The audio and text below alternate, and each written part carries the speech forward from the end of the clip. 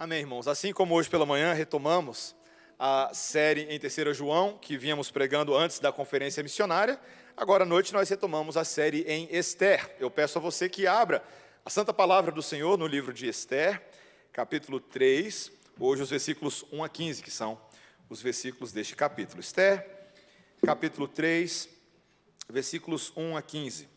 E continuo incentivando aos irmãos que não leiam apenas a passagem enquanto estivermos aqui no culto. Você tem a oportunidade de, quando chegar em casa, por exemplo, hoje, falar assim: olha, eu vou ler o livro todinho de Esther. E aí é bom porque você se situa na história, você não permite que os sermões fiquem isolados no contexto maior do próprio livro, do cânon onde ele está inserido, e você fica com uma ideia melhor da narrativa toda e também pode perceber a mão de Deus conectando todas as peças dessa história tão fantástica de Esther.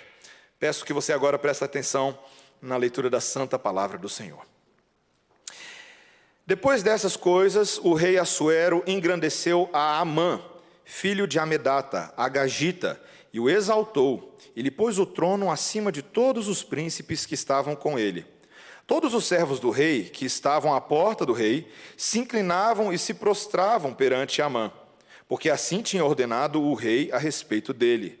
Mordecai, porém, não se inclinava, nem se prostrava. Então os servos do rei, que estavam à porta do rei, disseram a Mordecai: por que transgrides as ordens do rei? Sucedeu, pois, que, dizendo-lhe eles isto, dia após dia, e não lhes dando ele ouvidos, o fizeram saber a Amã, para ver se as palavras de Mordecai se manteriam de pé, porque ele lhes tinha declarado que era judeu. Vendo, pois, Amã que Mordecai não se inclinava, nem se prostrava diante dele, encheu-se de furor. Porém, teve como pouco nos seus propósitos o atentar apenas contra Mordecai, porque lhe haviam declarado de que povo era Mordecai. Por isso, procurou Amã destruir todos os judeus, povo de Mordecai, que havia em todo o reino de Assuero. No primeiro mês, que é o mês de Nisã, no ano do 10º do rei Assuero, se lançou o pur, isto é, sortes, perante Amã, dia a dia, mês a mês, até o 12º, que é o mês de Adar. Então disse Amã ao rei Assuero: existe espalhado, disperso entre os povos em todas as províncias do teu reino, um povo cujas leis são diferentes das leis de todos os povos, e que não cumpre as do rei. Pelo que não convém ao rei tolerá-lo. Se bem parecer ao rei, decrete-se que sejam mortos, e nas próprias mãos dos que executarem a obra, eu pesarei 10.000 talentos de prata, para que entrem nos tesouros do rei. Então o rei tirou da mão o seu anel, deu-o a Amã, filho de Amedata, Agagita, adversário dos judeus, e lhe disse: essa prata seja tua, como também esse povo, para fazeres dele o que melhor for de teu agrado. Chamaram, pois, os secretários do rei no dia 13 do primeiro mês, e segundo ordenou Amã, tudo se escreveu aos sátrapas do rei, aos governadores de todas as províncias e aos príncipes de cada povo, a cada província no seu próprio modo de escrever e a cada povo na sua própria língua. Em nome do rei Assuero se escreveu, e com o anel do rei se selou.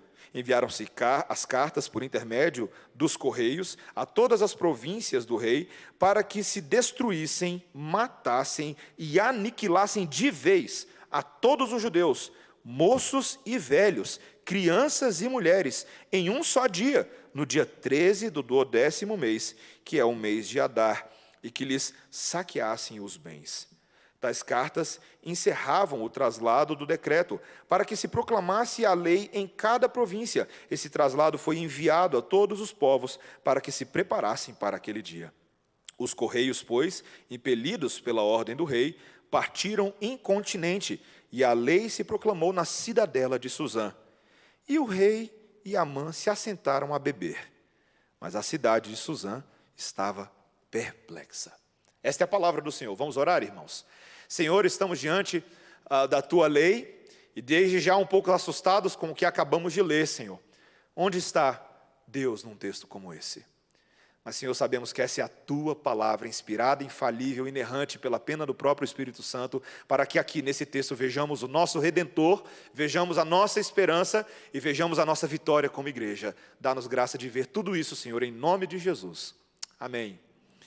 Irmãos, como é que você mensura o sucesso de uma pessoa nas mídias sociais? Geralmente é pelo número de amigos que ela tem, não é? Ou atualmente pelo número de seguidores. Eu estou aí tentando, meus irmãos, aprender esse negócio de Instagram. Ainda estou muito atrás.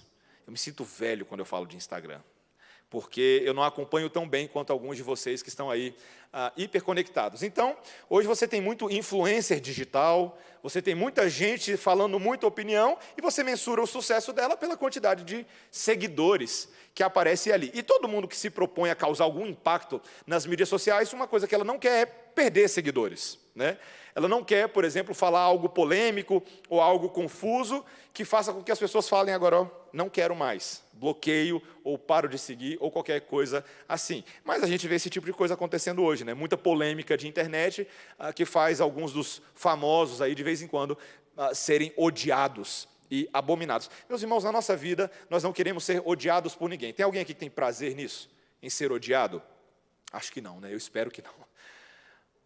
Mas o que você faz quando ser odiado é inevitável? Inevitável. Quando, por força das circunstâncias, ou por força das decisões que você tomou e que não são necessariamente ruins, as pessoas não querem mais saber de você. As pessoas não vão com a sua cara, elas não querem ouvir as suas opiniões, elas acham que, pelo contrário, você devia ser extirpado da face da terra. Já passou por uma situação dessa? Se você ainda não passou por nenhuma situação particular disso, saiba que, inevitavelmente, o fato de você ser um cristão, um filho de Deus, já carrega consigo essa possibilidade. Não só como uma possibilidade de acontecer, mas um fato. A fé cristã, pela sua própria natureza, pela sua própria existência, ela confronta o status quo, ela confronta a situação desse mundo e coloca todos aqueles que concordam com ela numa situação de inevitabilidade. Como lemos no texto hoje, se você é de Cristo, é só esperar. A reação vai vir. Se você ama o verdadeiro evangelho da cruz, se você conhece a força da palavra de Deus, é inevitável que o mundo, em alguma medida, nos rejeite. O texto de hoje é sobre isso. Eu estou declarando tudo isso como uma espécie de tese às avessas, mas eu quero que você veja nesse texto como você vive quando isso é uma situação inescapável. E se você ainda tem dúvida de que essa é uma situação real, talvez você esteja pensando, né, de vez em quando eu ouço, nossa, pastor, que coisa radical. Eu não sei se é bem assim. Eu acho que a igreja pode ser palatável para o mundo. Eu acho que a gente pode ser relevante, a gente pode ser legal. Mas esse texto vem para posicionar nosso entendimento nesse mundo, para esclarecer quem nós somos. E ainda assim, com todo esse desafio, ainda assim brilharmos essa luz que transforma e muda o mundo ao nosso redor.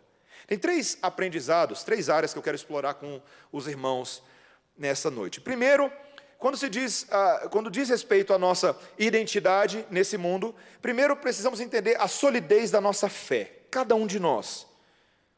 Uma fé que pode e deve ser solidificada diante das afrontas do mundo. Segundo, o obstáculo do preconceito.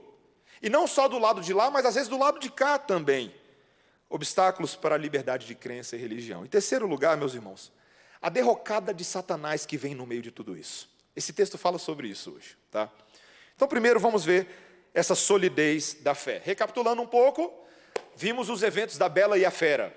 Não estou falando do filme, estou falando daquele último sermão em que falamos da Bela Esther, que é conduzida pela providência de Deus a se tornar a nova rainha do rei Assuero, ou do imperador Xerxes, ali do reino persa. E você pensa que agora as coisas vão de vento em popa, né? Mas, meus irmãos, esse Assuero não dá uma bola dentro. Vamos falar a verdade. O homem que tem um tino para tomar decisão ruim. Mal começa o nosso texto, passado aí alguns anos, é o que os comentaristas colocam, o rei decide então promover um dos seus nobres ao cargo mais alto do país.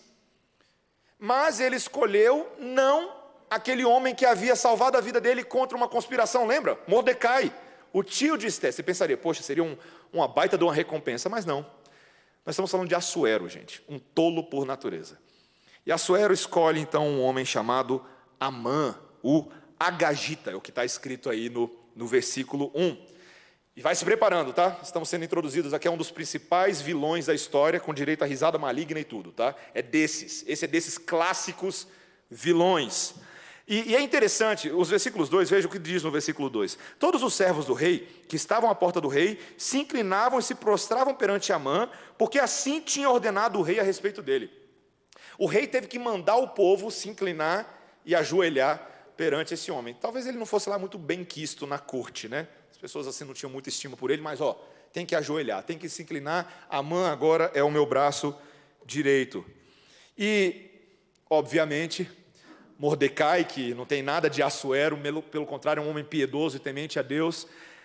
Ele, então, o texto nos deixa claro aí no versículo 2, que ele não se inclinava e não se prostrava. Ele desaprovou essa nomeação e basicamente recusou-se a fazer o que os outros estavam fazendo. E, meus irmãos, tudo bem, aqui não fica ainda muito claro para a gente, nesse versículo 4, veja, sucedeu, pois, que dizendo-lhes eles, né, os servos, isso dia após dia, e não lhes dando ele ouvidos, o fizeram saber a Amã, para ver se as palavras de Mordecai se manteriam de pé, porque ele lhes tinha declarado que era judeu. Não fica muito claro para a gente por que, inicialmente, Mordecai não queria se ajoelhar. Então, os servos começaram a testar ele, né, para ver se ele realmente... E aí foram lá e deduraram ele, bando de dedo duro, né? Deduraram ele para Amã e fizeram conhecer, agora Amã está sabendo, e aí? O que você vai fazer? Vai continuar? E Mordecai continuou, meus irmãos. Ele bateu o pé e permaneceu irresoluto, ou resoluto nesse sentido. Meus irmãos, e aqui tem essa informaçãozinha, pode parecer pequena e insignificante, mas Mordecai havia declarado para eles que ele era judeu. Essa é a primeira vez em todo o livro de Esté que essa informação aparece assim. Se você lembrar, nos capítulos 1 e 2, ou pelo menos capítulo 2, perdão, Mordecai havia dito a Esther para não revelar a linhagem dela. Vocês lembram disso? Quando tudo começou a acontecer, quando ela foi encaminhada lá para aquele harém, quando o eunuco avaliou ela, nada de dizer que ela era judia.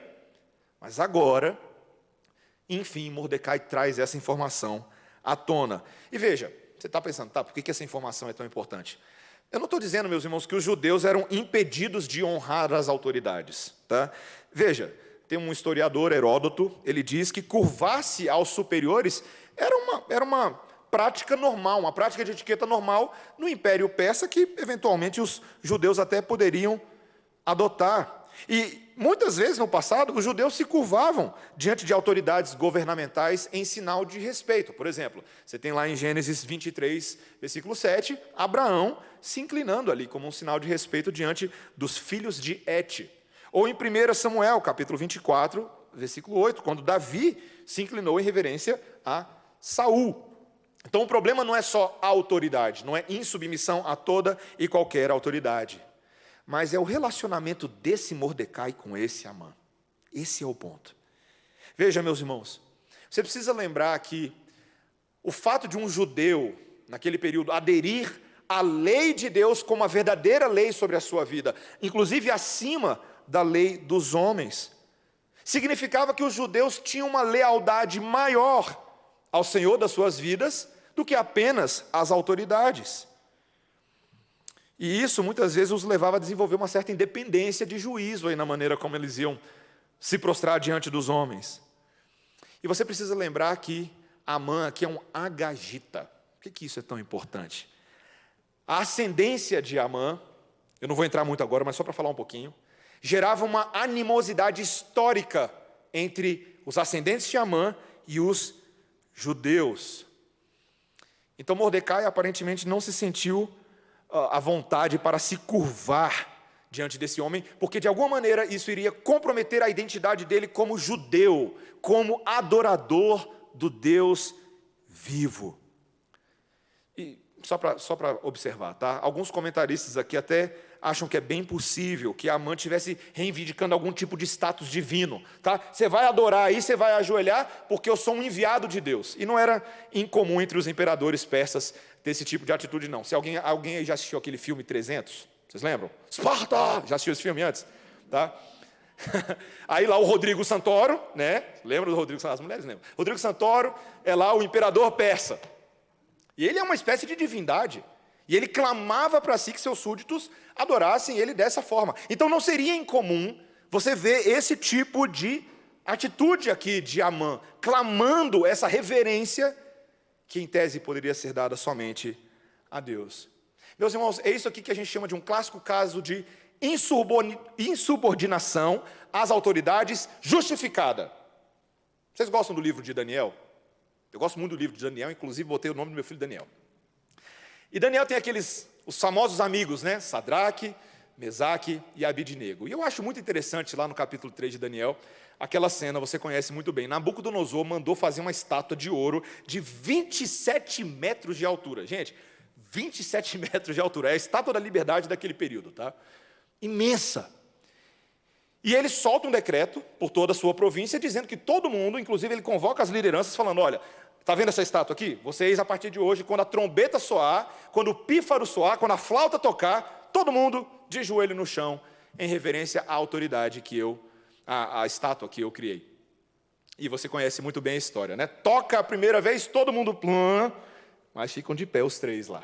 Sadraque, Mesaque e Abidnego. E cada um desses reis tem os seus dedos duros, né? Os caras correm para Nabucodonosor e falam, viu lá, não ajoelhou não. E Nabucodonosor fica furioso. O que ele faz? Manda chamar os três. E ele tenta dar uma de misericordioso, lá em Daniel 3. Ele fala assim, olha, talvez vocês não entenderam bem o que eu quis dizer, vocês estão aí, eu vou dar mais uma chance para vocês. Da próxima vez que tocar, vocês três têm que se ajoelhar.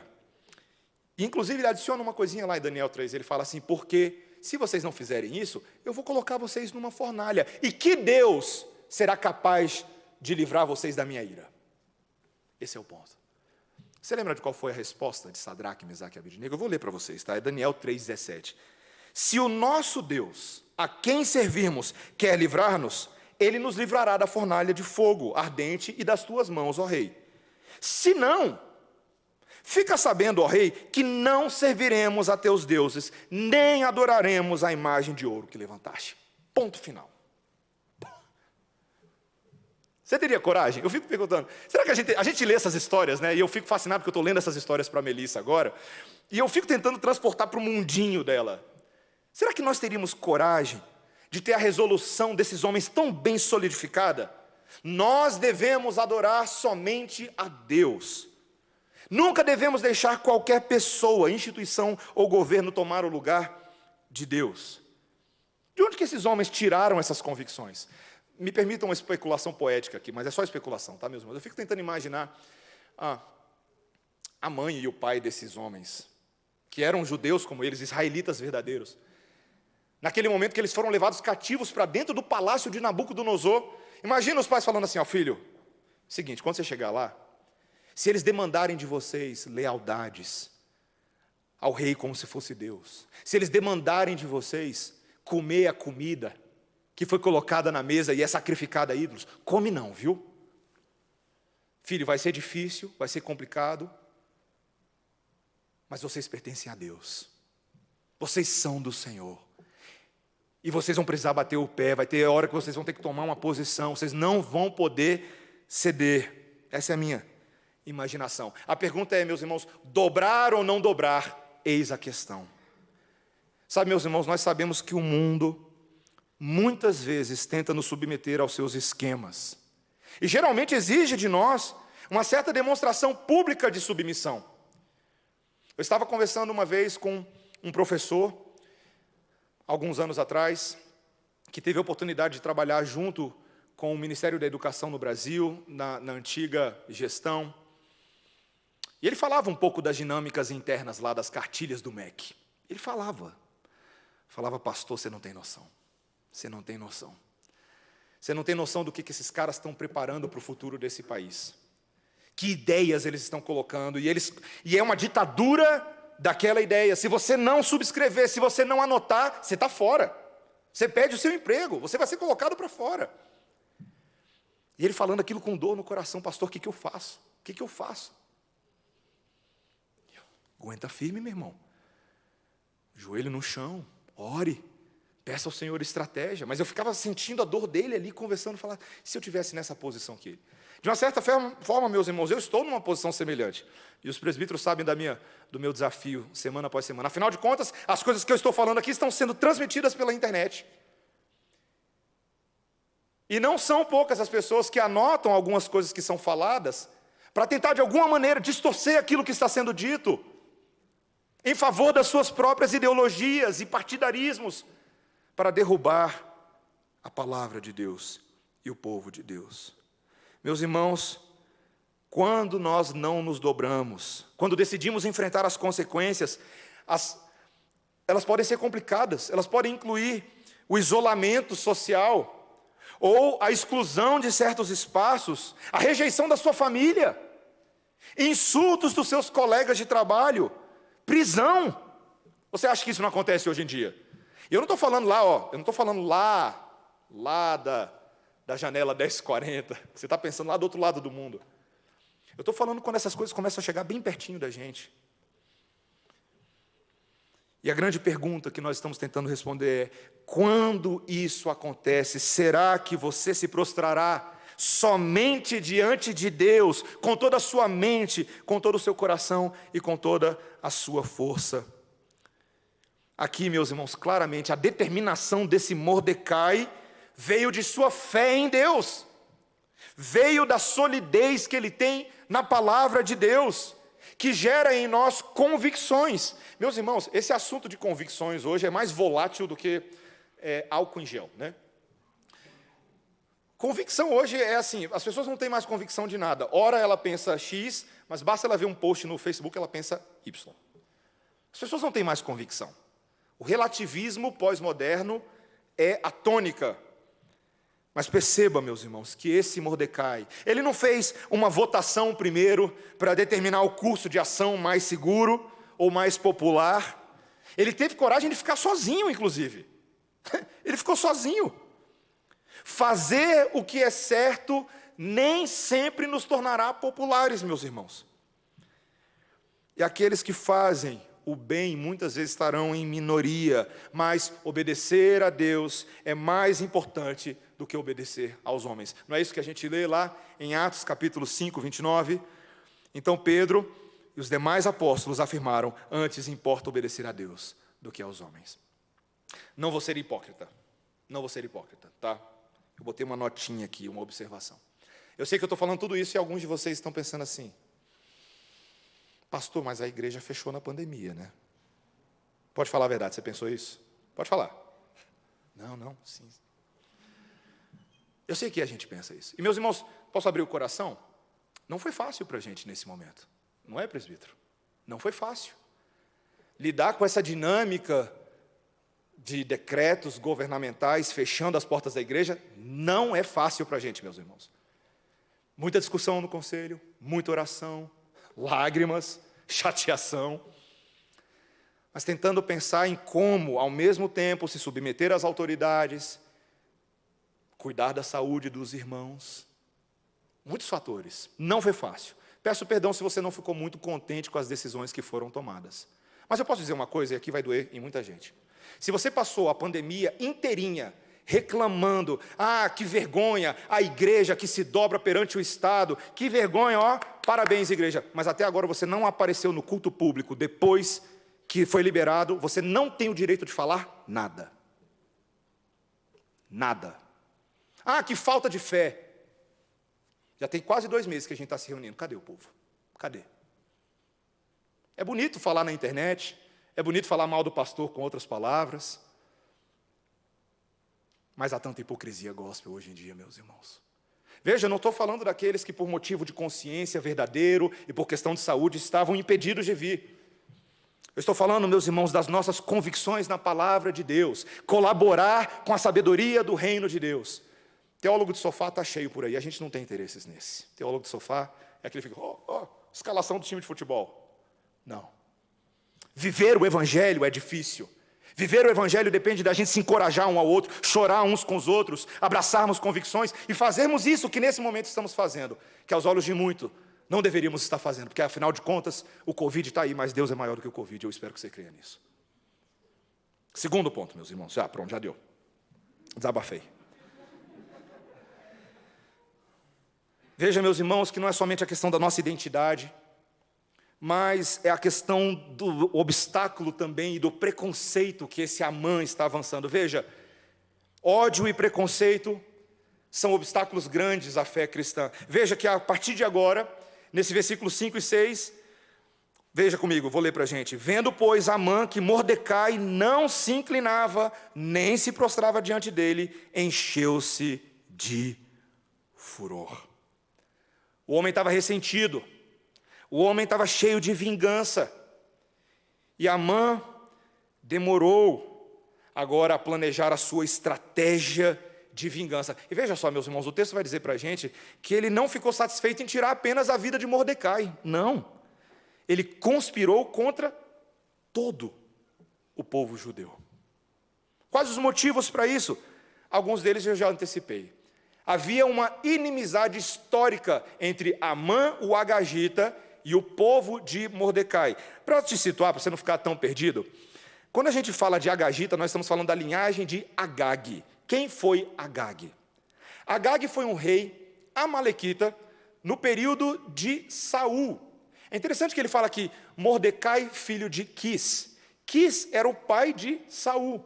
Ele era da linhagem de Quis e Amã era da linhagem de Amaleque e de Agag. E lá em 1 Samuel capítulo 9, Deus havia dito para Saul, quando entrasse em combate com esse rei, para destruir tudo e matar inclusive o rei. Mas Saul não fez isso. Saul entrou numa negociata. E quem teve que matar o rei foi Samuel, o profeta. Então, o que é interessante, meus irmãos, quando você lê o que está aqui no texto, você precisa de 1 Samuel para entender o que está acontecendo aqui. Tem um pano de fundo, tem uma guerra que está acontecendo, uma inimizade histórica entre essas duas pessoas. E Amã lembrava disso muito bem, você pode ter certeza disso. Mas além disso, meus irmãos, Amã é o clássico arrogante, prepotente. Ele adorava o seu prestígio, o seu poder, ele fica furioso quando Mordecai não reconhece a sua posição, dando reverência. Então ele faz, meus irmãos, aquilo que é uma das coisas mais cruéis e sinistras que podem acontecer. Ele fica com raiva não só do que Mordecai é, mas do que Mordecai representa. A dedicação dos judeus a Deus como única fonte de autoridade, único que é digno da nossa adoração. E como é que você faz para resolver isso? Você entra em negociação com os judeus? Vamos aí, vamos.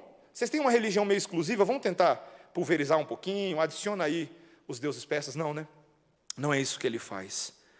É melhor matar todo mundo, para que os meus desejos egocêntricos sejam cumpridos. Meus irmãos, a atitude de Amã foi preconceituosa. Isso aqui é a clássica definição de preconceito. E as ações dele estabeleceram um precedente naquilo que nós chamamos de antissemitismo. Você sabe o que é isso?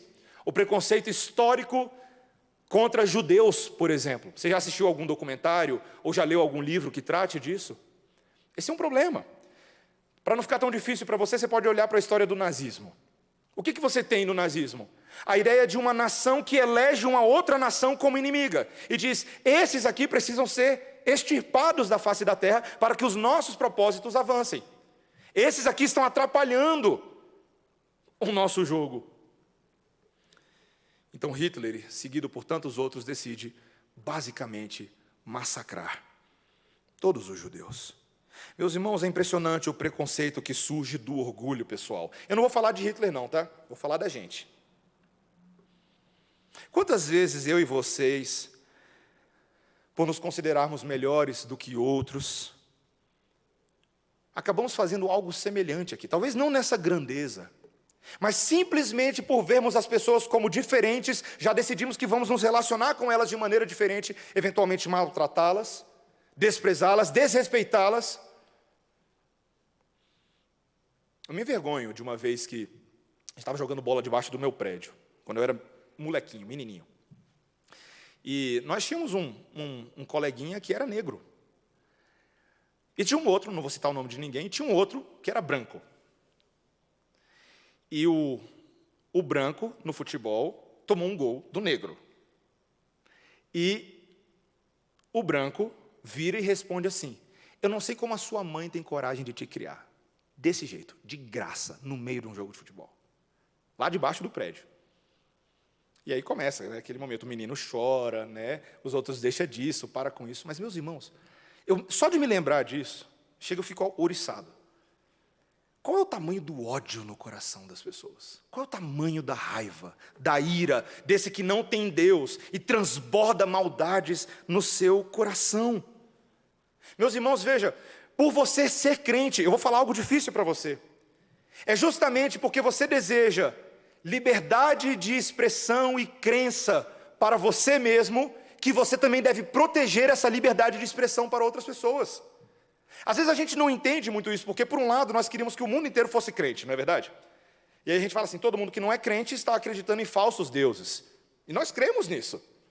Mas isso automaticamente te dá o direito de não tratar outras pessoas com o respeito que lhes é devido? Não. Porque qualquer que seja outra pessoa, budista, espírita, católico, qualquer que seja, ela é feita à imagem e semelhança de Deus e deve ser tratada com a dignidade que Deus a conferiu na criação. Por isso que causas como luta contra o racismo, ainda que muitas vezes desproporcionais, como estamos vendo nos Estados Unidos nesse momento, mas ainda assim são justas. Porque o povo de Deus, da palavra de Deus, deveria entender. E eu quero te dar um exemplo brasileiro. Eu tenho acompanhado há alguns anos o trabalho da ANAJURE. Já ouviu falar da ANAJURE? A ANAJURE é a Associação Nacional de Juristas Evangélicos.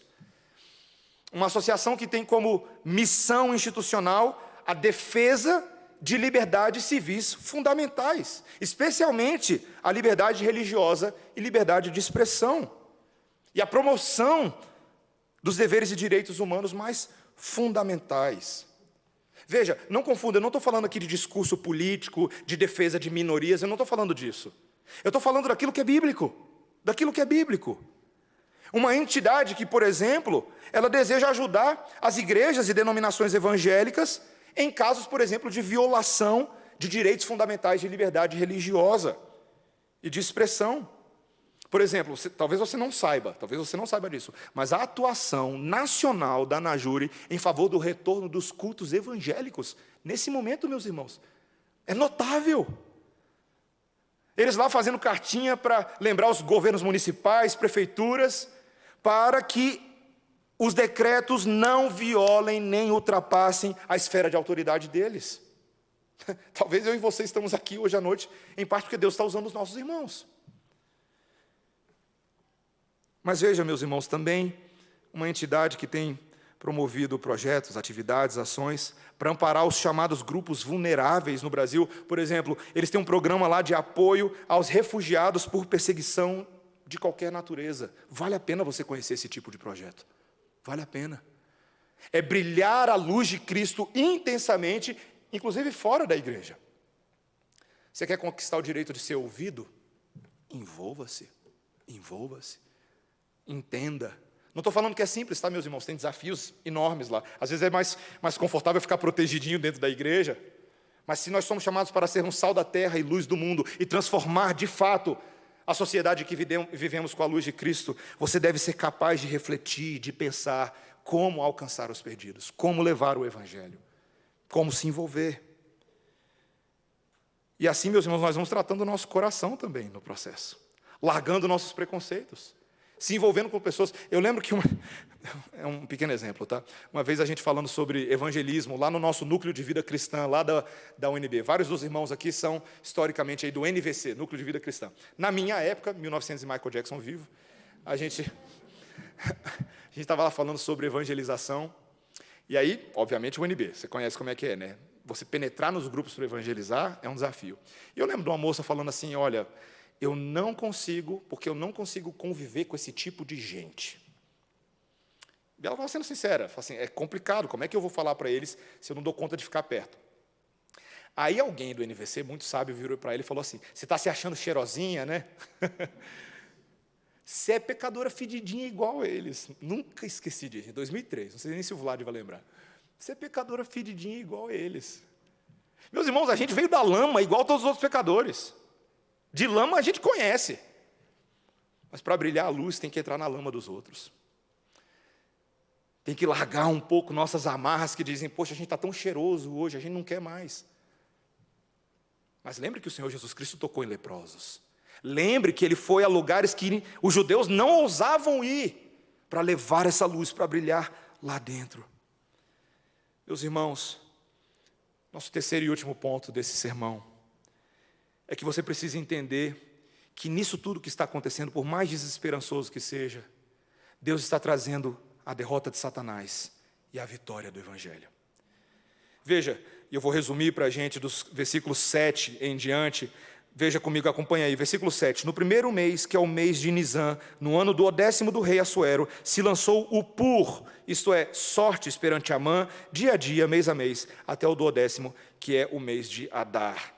Nesse mês de Nisan, interessante, o primeiro mês do calendário religioso judaico, em que eles, na primavera ali, estariam comemorando a Páscoa, é exatamente quando Amã está tramando um dos maiores genocídios que nós temos notícia na Bíblia. Eles estavam, veja só que ironia, tá, meus irmãos? Os judeus estavam prestes a comemorar a libertação do Egito, das mãos do faraó. E Amã aqui está tramando como se o faraó, no final das contas, vai vencer. Meus irmãos, o que é impressionante é que agora ele vai lançar o pur, né? O pur são os dados, tá? As sortes, para cumprir esse decreto. E aí, a partir do versículo 8 em diante, vou apenas resumindo aí para você, ele vai conversar com o rei Assuero. E é curioso, ele evita nomear os judeus e sugere, em vez disso, que, na verdade, existe um grupo racial obscuro, mas dissidente, e que tinha a intenção de ignorar a lei dos persas. Olha aí o versículo 8. Existe espalhado, disperso entre os povos, em todas as províncias, é um safado mesmo, né? Em todas as províncias do reino, um povo cujas leis são diferentes das leis de todos os povos, e que não cumpre as do rei, pelo que não convém ao rei tolerá-lo. Que astúcia, meus irmãos. E ele está alegando aqui os melhores interesses do rei, né? Rei, vamos fazer o seguinte, vamos preservar o seu império, esse povo vai dar trabalho. Olha o versículo 9. Se bem parecer ao rei, decrete-se que sejam mortos, e nas próprias mãos dos que executarem a obra, eu pesarei 10.000 talentos de prata, para que entrem nos tesouros do rei. Olha, eu vou botar aí recompensa na mão de quem matar os judeus. Como se ele fosse rico, ele não era. Ele vai deixar claro depois que, na verdade, ele ia saquear os judeus, levar os bens deles, e com esses tesouros ele ia pagar os assassinos. E aí, novamente, o bobão do Assuero entra em cena a partir do versículo 10. Finge que não é com ele, não tem interesse suficiente para investigar os detalhes, designa Amã para trabalhar em seu nome, pode fazer tudo o que você quiser, inclusive dar o anel, o sinete, com o qual ele selaria o decreto, o edital oficial de tudo que aconteceria. Meus irmãos, esse é o clássico exemplo de omissão que é tão pecado quanto comissão. Sabe, meus irmãos, eu sei que nós estamos assistindo com espanto as notícias dessa menina de 10 anos, que foi estuprada pelo tio durante muito tempo e cometeu um aborto. Eu não sei nem como começar a falar dessa notícia, porque tudo nela é terrível, tudo. O estupro, o aborto, tudo é pecado, tudo é grave aos olhos de Deus. Eu e você precisamos lembrar que a nossa omissão não resolve nada. O que eu vou fazer por essa situação? Ore. Você sabe orar?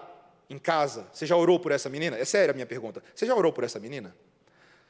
Você já orou pela situação familiar dela? Porque o que está feito, meus irmãos, não dá para desfazer. É terrível. Mas Deus ainda pode alcançar o coração dessa menina. Ela não precisa crescer traumatizada, como os psicólogos estão falando aí. Não precisa. Porque o poder de Deus cobre uma multidão de pecados. E eu creio nisso, e por isso que eu e você devemos orar por situações como essa. Mas essa omissão de Assuero torna ele tão cúmplice quanto Amã no pecado. Ele dá a Amã o seu título completo. Amã, filho de Amedata, Agagita, adversário dos judeus. E aí do versículo 12 até o final, No dia 13 do primeiro mês, os secretários do rei foram chamados, a decisão foi registrada exatamente como Amã ditou e foi endereçada a todos os governadores de todas as províncias e a todas as autoridades de cada povo, foi registrada na escrita e na língua de cada pequena província. E o serviço de correios, me permita dizer nesse momento aqui, um serviço de correios a serviço do demônio. Espalhe esse decreto, olha o versículo 13, qual é o decreto? Que se destrua, veja aí, mate, aniquile de vez a todos os judeus, moços e velhos, crianças e mulheres, em um só dia, no dia 13 do 12º mês, que é o mês de Adar, e que lhes saqueassem os bens. Meus irmãos, o descaramento e a crueldade desse homem é terrível. O texto vai dizer para a gente no final, que a cidade de Suzã ficou perplexa, confusa, mas Amã decidiu sentar com o rei para tomar uma bebidinha, tomar uma cerveja com o rei. Finge que não é com a gente, vamos só esperar para ver. Meus irmãos, o ódio desse Amã, o modo como ele tramou e barganhou para conseguir astutamente a destruição de uma nação inteira, nos lembra um fato basilar. O mundo odeia o povo de Deus e tem prazer na sua destruição. Não pense que Amã é exceção à regra, tá? Não acha, não, Amã seria capaz de fazer isso. Não. O coração do homem em rebelião contra o Criador se rebela também contra as criaturas do Criador e aqueles que amam o Criador. Jesus disse isso hoje, não foi o que a gente leu, meus irmãos? Lá em João 15, 18. Vamos abrir a Bíblia lá, abra comigo. João 15, 18. Você precisa ver nas palavras do próprio Senhor Jesus Cristo a verdade sobre a nossa condição nesse mundo. João 15, 18. Se o mundo vos odeia, sabei que primeiro do que a vós outros me odiou a mim. Por que o mundo odeia crente, gente? Por que o mundo não gosta da mensagem? É porque o ódio começa contra aquele que é a verdade. Aquele que expõe os pensamentos e os pecados dos homens. Aquele que sonda todas as coisas. Meus irmãos, ninguém gosta de ouvir você está errado. Você vai para o inferno. Mas é o que a Bíblia diz. Veja, continua aí, olha o versículo 19. Se vós fosseis do mundo, o mundo amaria o que era seu. Como todavia não sois do mundo, pelo contrário, dele vos escolhi, por isso o mundo vos odeia. Lembrai-vos da palavra que eu vos disse, não é o servo maior que seu senhor. Se me perseguiram a mim, também perseguirão a vós outros. Se guardaram a minha palavra, também guardarão a vossa. Tudo isto, porém, vos farão por causa do meu nome, porquanto não conhecem aquele que me enviou. Esse é o problema. Esse é o problema, meus irmãos. O que nós estamos vendo, na verdade, é a ação de Satanás, o verdadeiro faraó, que mantém os corações cativos nesse cativeiro do Egito espiritual, impulsionando o mundo contra os eleitos de Deus. É isso que a Bíblia está dizendo. Pense nisso um pouco. É inevitável. Meus irmãos, eu estava lendo lá um livro, me mandaram um livro, falou, pastor, leia esse livro aqui, veja o que você acha desse livro. E lá no livro, uma das ideias de ser uma igreja missional é ser uma igreja relevante. Toda vez que fala essa palavra, eu dou uma tremida, porque eu não sei o que a pessoa quer dizer. Aí eu falei, vou ler o que ele quer dizer com isso. Ser uma igreja relevante, ser uma igreja agradável, uma igreja bacana, uma igreja boa. Você tem que participar da vida das pessoas. Eu lendo, eu falei, onde é que ele vai chegar com isso, né? Eu queria ver a hora que ele ia falar assim, fale de Jesus, mas não veio em nenhum momento. Confunda-se, misture-se, seja mais um. É ser legal sem ser evangélico. É ser bacana sem trazer verdade. Assim até eu, né, meu amigo? Ser aceito? Ser agente secreto 007? Ah, mas você está brilhando a luz. Está nada, é mentira isso. Você não está brilhando luz nenhuma. A luz é por meio da pregação do Evangelho, irmãos. Não tem outra forma. A luz só brilha quando a luz do Senhor brilha nas trevas das pessoas, revelando o tamanho da podridão, mas mostrando o tamanho do Redentor. Não tem outra forma. no mundo tereis aflições. Jesus falou, eu vim trazer espada de tal maneira que eu vou dividir filho com os pais, marido com esposa. Mas quem põe a mão no arado não pode olhar para trás. Essa é a verdade, meus irmãos. Aquele que ama, as palavras são tão fortes que fala, aquele que ama seu pai, a sua mãe, os seus irmãos mais do que a mim, não é digno de mim. Esse é o evangelho. Mas esse caminho estreito, meus irmãos, esse é o caminho que salva. Você olha para tudo isso e você pergunta, será que esse seria o fim? Porque, veja bem, e aqui eu estou terminando, esse decreto de morte de Amã foi contra todos os judeus do Império Persa. Isso inclui a própria terra de Israel. Se o decreto de Amã tivesse se cumprido, e eu não quero dar spoiler do resto do livro, aguenta aí, tá? Mas se ele tivesse se cumprido, todo o povo escolhido de Deus teria sido exterminado, e o plano de Deus de enviar o seu filho à terra como judeu poderia ter sido arruinado, porque Jesus era judeu, da linhagem dos judeus. Então era uma questão de vida ou morte. A pergunta é, quem vai prevalecer? Satanás nos seus propósitos ou Deus nos seus propósitos? É a semente, é o descendente da serpente de Gênesis 3,15? Ou é o descendente da mulher? Ah, meus irmãos, é o descendente da mulher que ia prevalecer. Aquele que ia esmagar a cabeça da semente da serpente, de Satanás. Como é que você acha que você veio parar aqui hoje? Como é que você acha? Se não fosse o fato de que Deus prevaleceu. Novamente, não quero dar muito spoiler, mas eu quero te falar o seguinte. Tem um detalhe nesse texto, e eu fecho com isso. Tem um detalhe. Lá no versículo 7. Volte comigo em Esther, capítulo 3, versículo 7. E esses detalhezinhos exegéticos tão deliciosos. Esther, capítulo 3, versículo 7. Ele diz, no primeiro mês, que é o mês de Nisan, no ano do 10º do rei, Assuero, se lançou o quê? O Pur. Eu expliquei para vocês. O Pur eram os dados, eram literalmente os dados. Esse era um povo que, historicamente, durante muitos séculos, cria no destino que era trazido pelas sortes. As sortes organizavam as decisões dentro do Império Persa. Ah, meus irmãos, eu gosto tanto de quem acredita na sorte. Porque todo mundo que rola o dadinho na sorte, está rolando o dadinho dentro da providência divina. Por mais que ele ache que é sorte, porque, meus irmãos, o detalhe é, ele falou, olha, então, as sortes nos dizem que daqui a 1 ano, no dia tal do mês Adar, no dia 13, nós então executaremos esse decreto. E Deus pensando, tempo demais para minha querida Esther intervir em favor de vocês e acabar com essa baguncinha de vocês. Aquela que ocupou uma figura de mediadora, uma espécie de Cristo no Antigo Testamento, iria acabar com essa fuleiragem, a providência de Deus intervir, porque os propósitos de Deus não podem ser diminuídos, meus irmãos. Deus cumpre tudo aquilo que Ele estabelece, e esse Pur, ou melhor, esse Purim, se tornaria o nome do festival dos judeus, que comemora e celebra a libertação de Deus, em relação ao seu povo, quando Amã quis acabar. Os judeus comemoram isso até hoje. Até hoje. Eu e você não temos mais que guardar esse festival. Sabe por quê? Porque Cristo é a comemoração de Deus que Amã não prevaleceu. Amém, irmãos?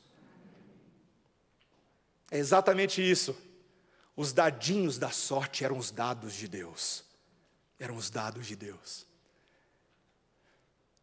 Meus irmãos, quando eu lembro que não tem dado, não tem número, que role um número diferente daquilo que Deus decretou nos seus decretos celestiais, eu começo a descansar.